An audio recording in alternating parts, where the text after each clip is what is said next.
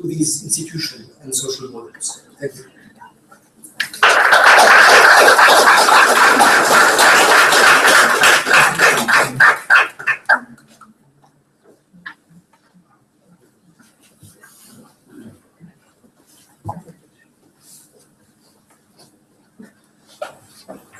Is there some questions or discussion? We have a little time for this.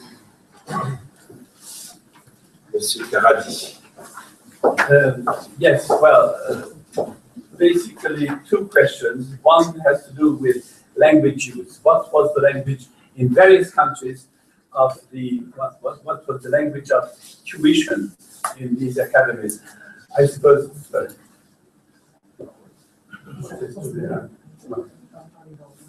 Okay.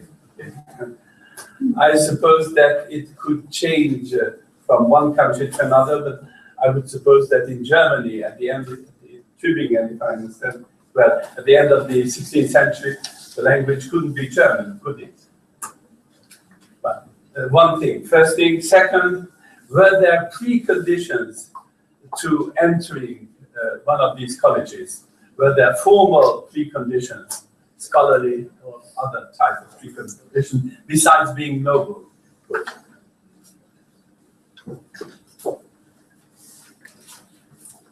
Yes, again, let's okay. Yes, I have to press the button. That's right. Okay. About the language, the main features for this academy is that they use vernacular and not Latin. First of all, first point. In Germany. In Germany, I don't know exactly. What I can say in Germany, for the 18th century, at the University of Göttingen, which is a new university, they have special lessons in French for novels. There were at the university special lessons for novels in French. So this is 18th century. That's right. That's right. The 16th century.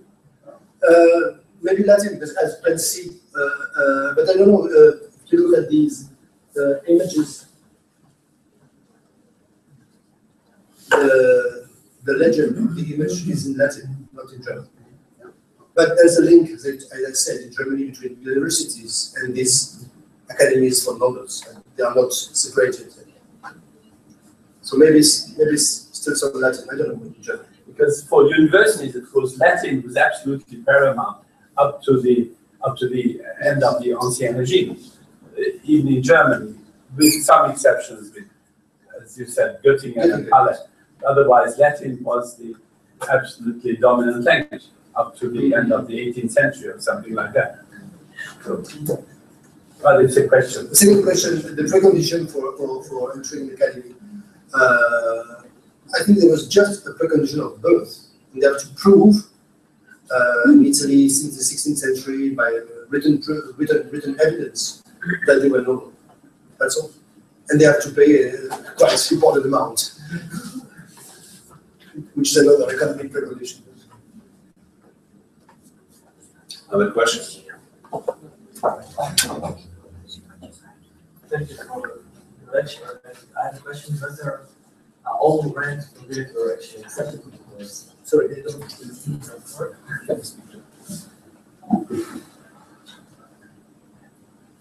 I want to ask whether what kind of nobility was actually accepted into those academies. Low nobility, high nobility, because I met an example of the bastard son of Charles II who was accepted into the Academy of Cologne in Paris, but was it a common practice for sons of kings to attend such academies? I think it was the places, there are differences from institution to another one. There are some profile, for example, La Flèche was a very strict college from high aristocracy in France. But most of the academies, I think, were opened from the small nobility, gentry, small nobility, to the very high nobility. And there was just to prove your nobility, not that you have a title or you belong to the higher aristocracy. But as I said, this is not at all an homogeneous pattern. And so each institution may or had the possibility of ask for specific rules or specific requirements. But I think that the economic requirement. I mean, the cost of education, which was very high, was maybe the main constraint to enter an academy. More questions?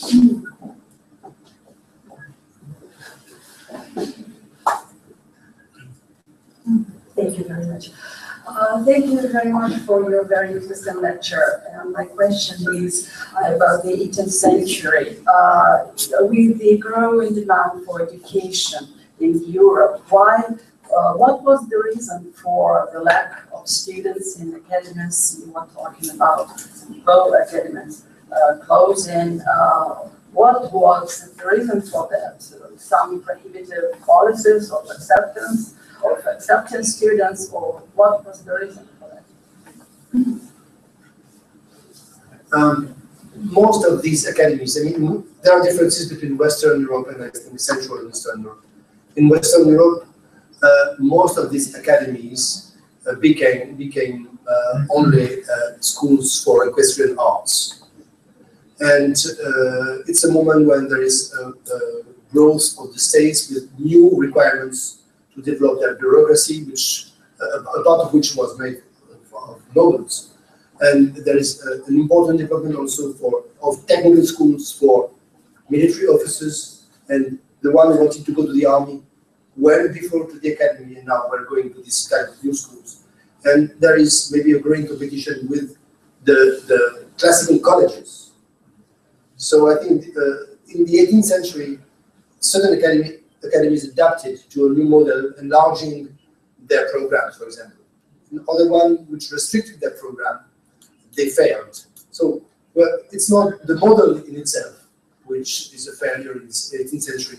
In the capacity of adaptation or the concurrence of the competition with new models of education will be important. I think there are very important differences according to different countries and even to different institutions and cities, from one city to another one, to find different rules. Igor Fidukin.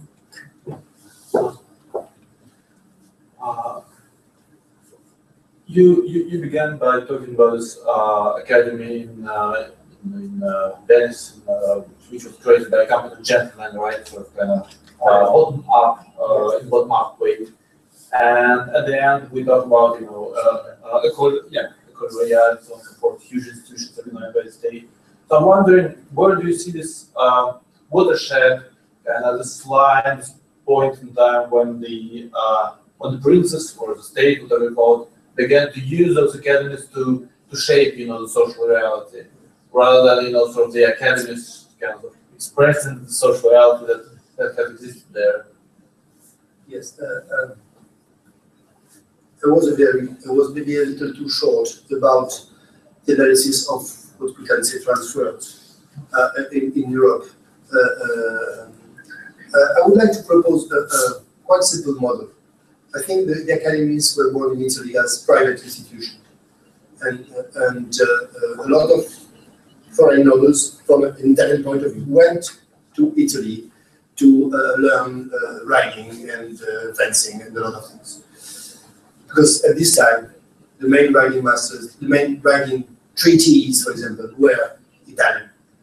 At the end of the century, this model was imported into France by Pluvinel, and he enlarged the program of the academy, and the academy became, it's not a state academy, but an academy officially recognized and partially financed.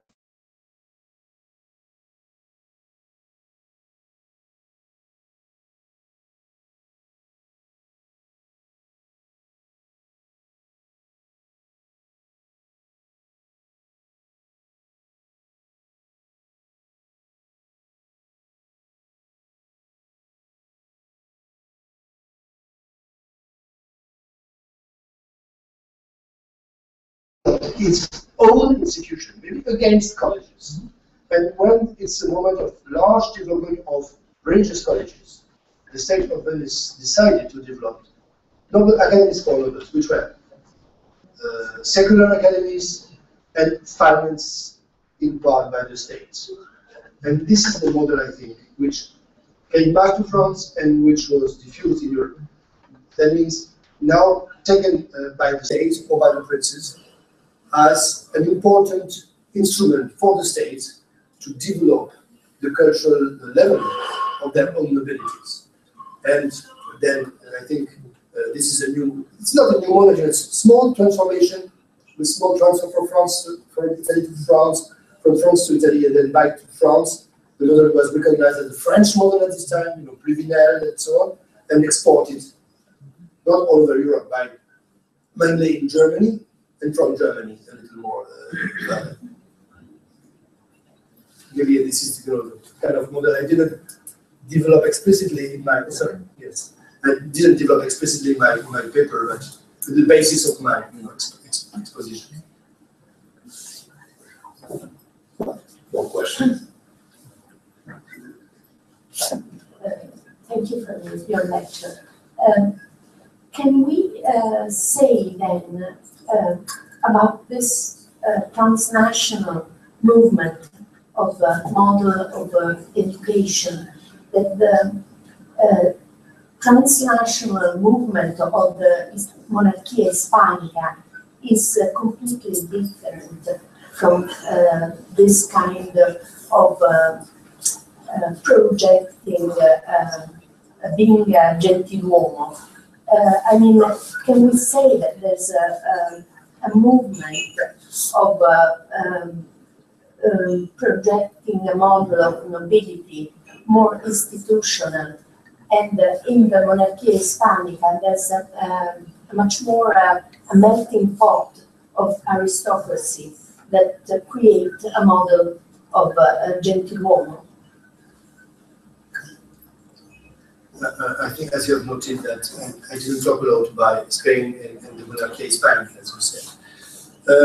Maybe because there are, I don't. Maybe it's my my lack of knowledge, but there are no important academies for nobles. There are colleges. The Madrid one, created in 1629, I think, is important, but didn't reach very important success, and was reopened, but reopened on the French model in 1720 by Philip V. It's an imitation of the Collège Brillant, the Madrid one in 1725, something like that. So that's true, but at the same time, I'm not certain it's a problem of the Monarchia Hispanica as a whole. I mean, as an empire, because in Naples, even there are no specific academy in Naples. It's one of the bases.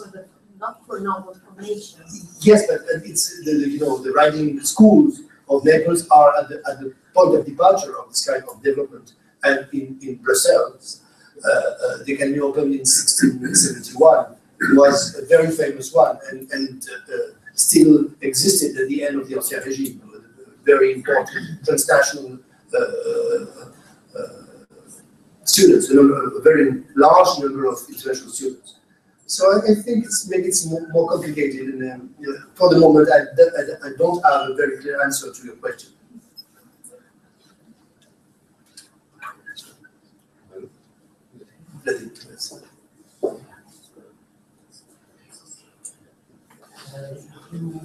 You mentioned that in some academies, I think it was in the Academy of Lorraine, nobles were free to choose the disciplines they preferred to study. Was it a deliberate practice? Was this practice based on some reflection of what is the best way of studying, educating a noble, reflection about natural inclinations of nobles? I'm thinking about what Igor Fidukin has published about the noble cadet corps in St. Petersburg, where it was a practice which was deliberately introduced from the very beginning of the noble cadet corps. What I know at the beginning is mainly based on the Western situation. And what is very interesting, for example, I've showed the rules of the academy in Nancy. These rules are not exceptional. They are everywhere at the same time. Second half of the 17th century, in Turin, in Brussels, in Nancy, in Wolfenbüttel, or in Florence. We have exactly the same rules. What is precise in the rules is the daily routine of the student. That means riding in the morning, fencing, and then if he has time and he wants to, he can assist to some conferences. Then there is a routine for the week, because some conferences are on specific days. I would say history on Monday, mathematics on Tuesday, and so on. But there is no specific program for these conferences. There is no, a progressive program which had to or has to begin at a certain point and go to another one. So you can assist to conferences if you like. Take what you need, take what you want, and there is not at all the idea of the necessity of following a complete program to master a discipline. It's kind of an art of agreement, some history, some mathematics, that's good, that's right. So the rules of the academies are based on the daily discipline of riding and fencing. That's central, mainly in the morning.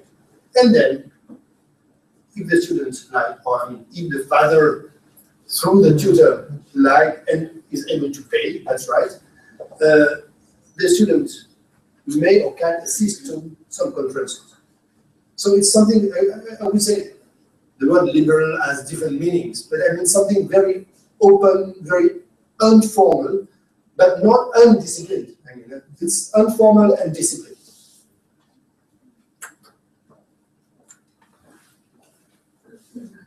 Thank you very much.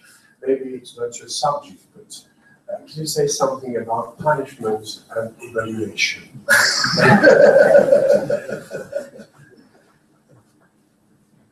That's very interesting. Because, first of all, there is no evaluation. I mean, there is no formal evaluation.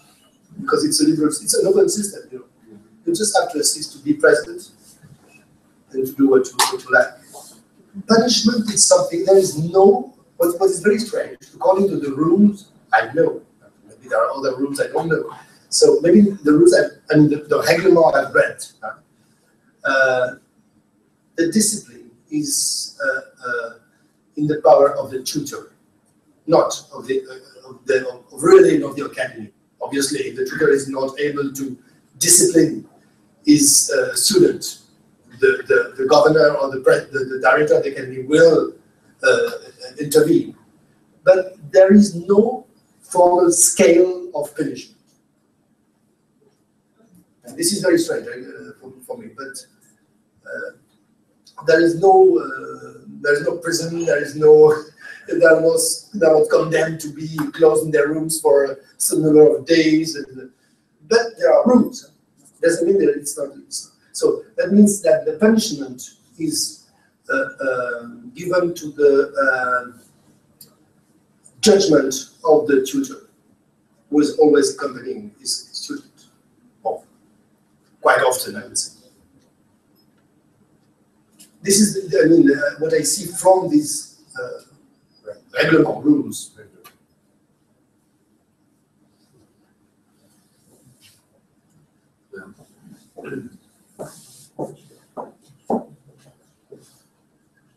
Thank you very much. From a European point of view, in the European context, what is for you, is there a period or date or decade when one can find a shift from the model of academy as a normal school and the model of academy as a professional training school?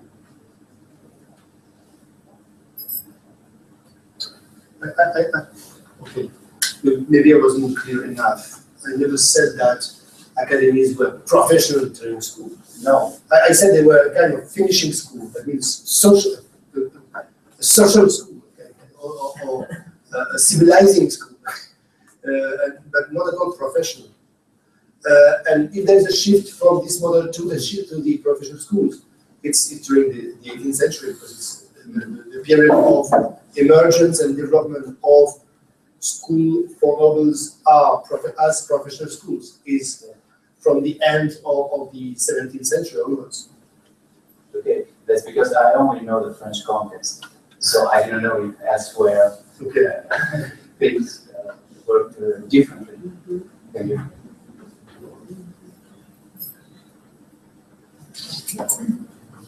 No more questions. So thank you very much for the discussion.